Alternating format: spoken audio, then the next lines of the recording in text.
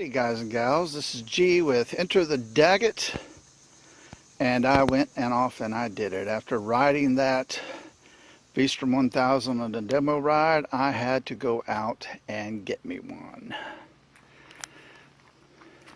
This is a brand new 2014 Suzuki V-Strom 1000.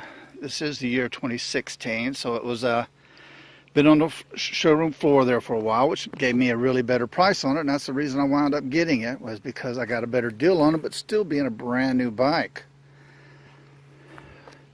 So let's walk around this little thing and see what there is. Okay, on.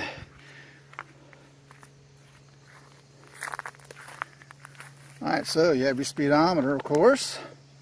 Let's turn this little guy on here a little bit so you can see display.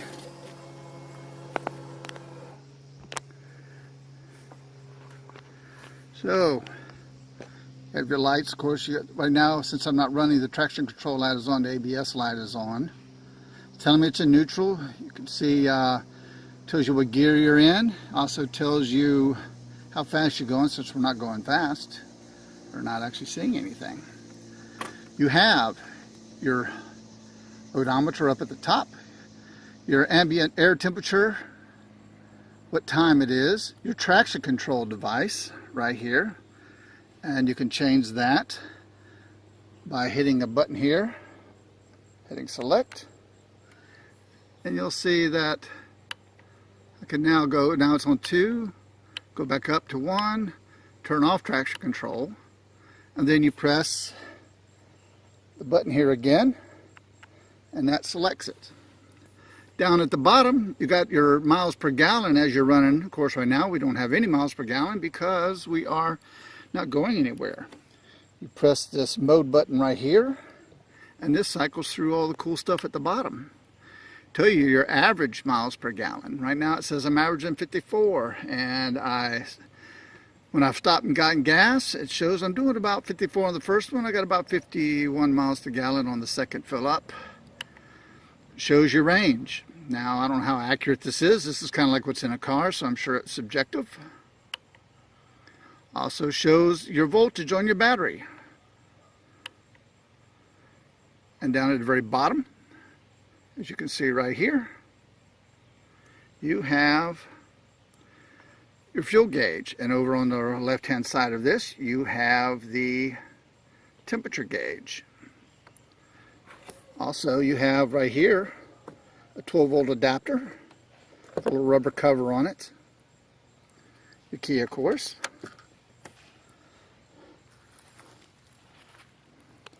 This is probably one of the coolest things I've seen, and they ought to be putting these on all motorcycles if they don't already do it, and that's this little guy right here. This is your high-low beam selector. So when you're riding, all you have to do, flick your finger out and you're on high beam, put your finger in, you're on low beam, and then you can also flash by your fingers. That is so much better than have to use your thumb like on a lot of the other bikes. Also, you'll have your brake and your clutch is adjustable on your pull by turning this little knob, and you have the same thing on the that actually is the clutch, and the same thing on the brake lever.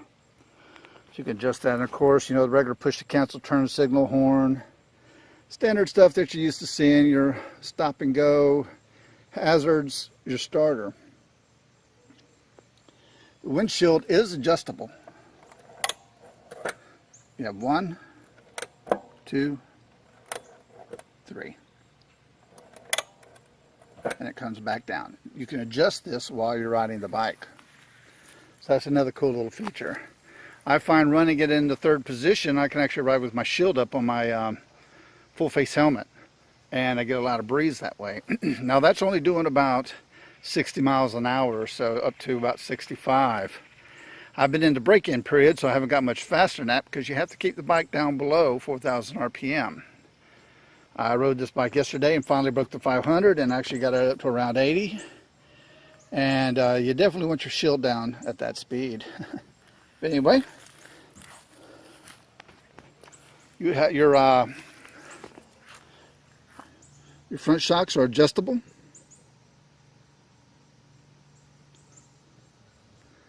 You have your preload, and also I forget what the other adjustment is called that you can turn on that. These are upside down shocks.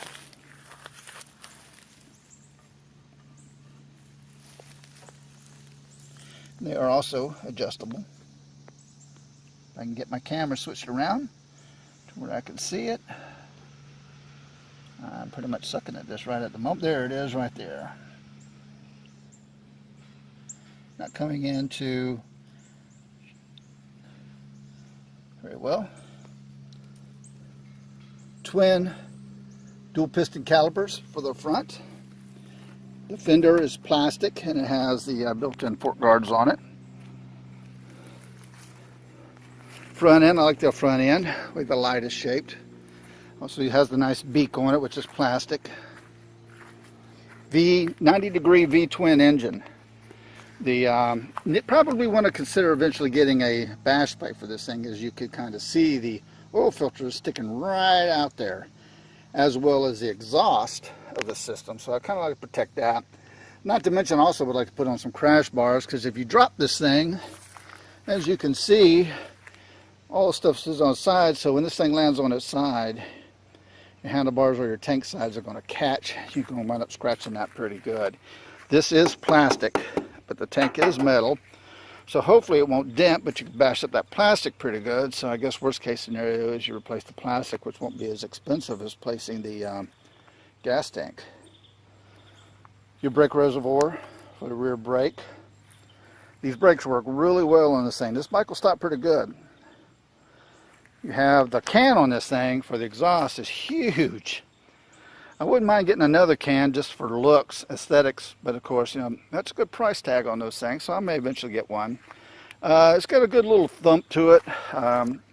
Driving it, you don't hear the exhaust. You do hear the whir of the engine, which is, it's okay. I guess some people could get probably slightly annoying.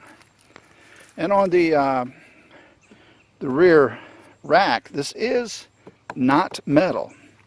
This is a plastic.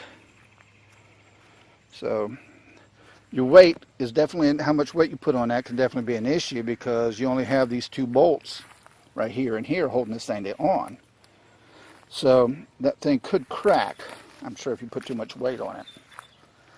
You have adjustable rear shock.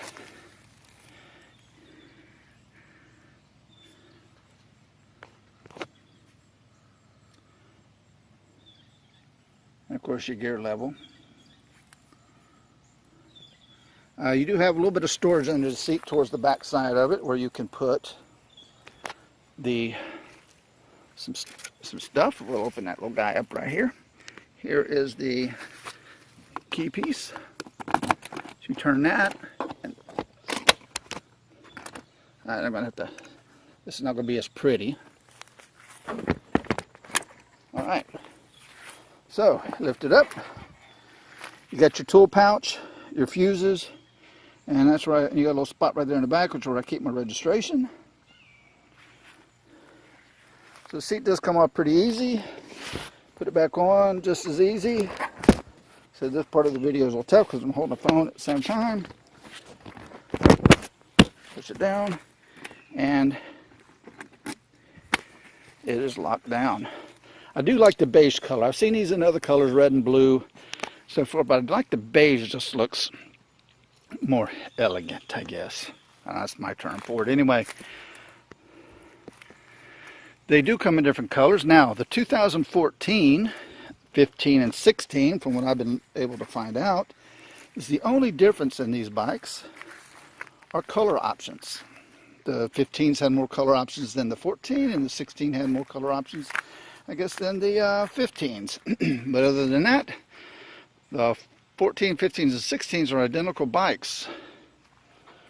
And of course on the back you do have the single disc brake with a single piston caliper on the back of that as well. And this is the 1000. Like I said, it's a 90-degree V-twin. This thing has got torque for days. It really takes off. Everything I said on the test ride video is true. I'll put the link below so you guys can see that. Let's crank this bad boy up.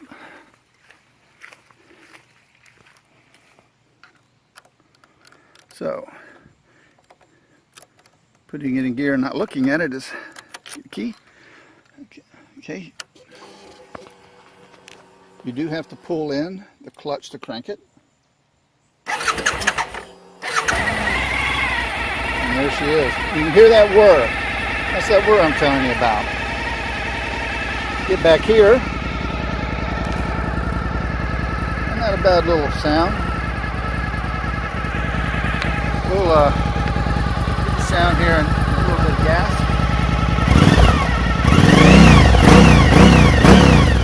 But as you can hear that whir when this thing is running, which is really not that bad once you get going.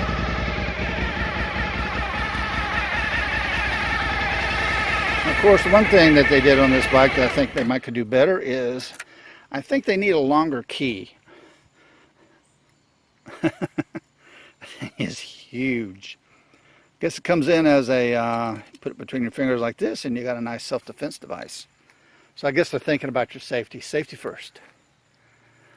Okay, so this is the 2014 Suzuki V-Strom 1000. This bike is awesome. Probably one of the best bikes I have ever owned, and for a street-oriented bike. Have not taken it off-road. I have a KLR for doing more of the off-road adventure stuff, so this is going to be primarily a street bike for me. But with the upright seating, this bike is comfortable. The seat is. I went on a ride, and I'll be adding on the end of this video. I'll add some of the ride I took with some buddies, and it was a 150 plus mile an hour ride, 150 mile ride, and I was comfortable the whole time.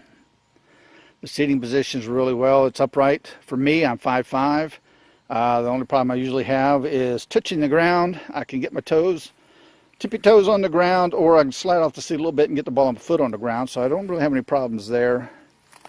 But as far as seating position for me, it is perfect. Okay, so this is it. My 2014 V-Strom 1000.